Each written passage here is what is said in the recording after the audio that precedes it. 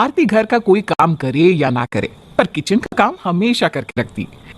ऐसे ही एक दिन आरती अकेली रसोई में सबके लिए खाना बना रही होती है और तभी वहां उसकी देवरानी पूजा आती है। दीदी, खाना बन गया क्या? बाहर सब खाने का इंतजार कर रहे हैं। हाँ हाँ, सब कुछ बन गया है, बस रोटियां बन रही है। मैंने सोचा जब सब खाने के लिए बैठेंगे तब बना दूंगी। क्या दीदी, आप जानती है ना, पूरा परिवार एक साथ खाना बैठकर खाता है। आपको पहले ही रोटियां बना लेनी चाहिए थी। अगर अभी आपको मेरी मदद की जरूरत है तो बता दीजिए, मैं करा देती हूँ। अरे नहीं पूजा, तुम रसोई से बाहर जाओ, मैं अकेले सब कुछ कर लूंगी। आरती की ये बात सुनकर पूजा को बहुत बुरा लगता है और वो भी अपनी जेठानी को उसके हाल पर छोड़कर बाहर खाने के लिए आराम से बैठ जाती है। कुछ देर बाद आरती खाना लगाती है और सभी बैठकर एक साथ खाना खाते हैं। खाना खाते हुए आरती के ससुर कमल कहते हैं, वाह बड़ी बहू वाह, घर संभालना कोई तुमसे सीखे। अरे छोटी बहू, कभी तुम भी अपने हाथ का खाना खिला दिया करो। बुरा मत मानना कोई, पर क्या करूं, मैं तो रसोई की जिम्मेदारी भी संभालना चाहती हूँ, पर दीदी ने मुझे साफ साफ कह रखा है गलती से भी मैं उनकी रसोई में ना जाऊं। इस घर की रसोई तो दीदी की है, हम लोग तो कुछ है ही नहीं। अरे ऐसा क्यों बोल रही हो पूजा? हमारी जॉइंट फैमिली है, इस घर पर तुम्हारा भी बराबर का अधिकार है। मैं बस तुम्हें रसोई में आने से इसलिए मना करती हूँ क्योंकि तुम पूरा दिन घर के कामों में व्यस्त रहती हो और रसोई भी तुम संभालने लगोगी तो फिर मैं क्या करूंगी। और वैसे भी ना, इस घर की रसोई मुझसे बेहतर कोई संभाल ही नहीं सकता।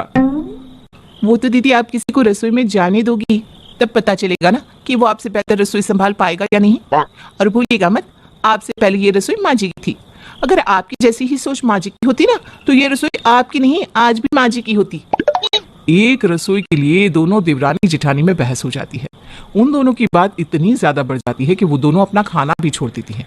उन दोनों की बहस बंद करने के लिए अब गंगा बीच में बोलती है, अरे बहू बस करो, तुम दोनों क्यों रसोई के लिए झगड़ रही हो? और आरती बहू, रसोई के कुछ काम छोटी बहू को भी करने देना। अरे पर माँ जी, बार बार कुछ नहीं, छोटी बहू अगर रसोई में नहीं जाएगी तो उसे कैसे पता चलेगा कि रसोई में क्या सामान कहाँ रखा है? अगर कभी तू यहाँ नहीं रही तो हमें खाना कौन बनाकर खिलाएगा? सारी उम्र मैं खुद तो खाना नहीं बना सकती ना। छोटी बहू, कल से सुबह का नाश्ता तुम बनाना। बिल्कुल सही फैसला लिया है आपने माँ जी। इस पूजा से घर का काम तो संभलता नहीं, रसोई कहाँ से संभालेगी? घर में तो ये सफाई रखती नहीं, रसोई में क्या सफाई रखेगी? अरे रसोई में कितना काम होता है। ये मेरी रसोई खराब ना कर दे, मैं इसे रसोई में घुसने नहीं दे सकती। जब से मैंने ये रसोई संभाली है तब से मेरी रसोई कितनी साफ सुथरी है। आखिर ये होती कौन है मेरी रसोई में आकर काम करने वाली? कुछ भी हो जाए, मेरे होते हुए ये रसोई में काम नहीं कर सकती। अपनी सास का फैसला सुनकर पूजा तो बहुत खुश होती है, पर आरती का मुंह उतर जाता है। वो खाना छोड़कर अपने कमरे में चली जाती है। उसको इस तरह से नाराज कमरे में जाता देख पूजा को बहुत अच्छा लगता है। वो अपनी सास से कहती है, माँ जी, जब से मेरी शादी हुई है तब से मैं शायद कल सुबह दूसरी बार रसोई घर में जाऊंगी, वरना दीदी तो मुझे रसोई के आसपास भी फटकने नहीं देती। पर कोई बात नहीं, मैं आप सबकी फेवरेट डिश बनाऊंगी। आप सब मुझे बता दीजिए आपको कल नाश्ते में क्या क्या खाना है। छोटी बहू, मैंने एक बार सैंडविच खाया था। बड़ी बहू को तो कभी बोल नहीं पाया, पर तुम मेरे लिए कल सैंडविच बना देना, बहुत समय से मन है मेरा। हाँ हाँ ससुर जी, क्यों नहीं। और वैसे भी सैंडविच बनाने में तो मैंने महारत हासिल किया हुआ है।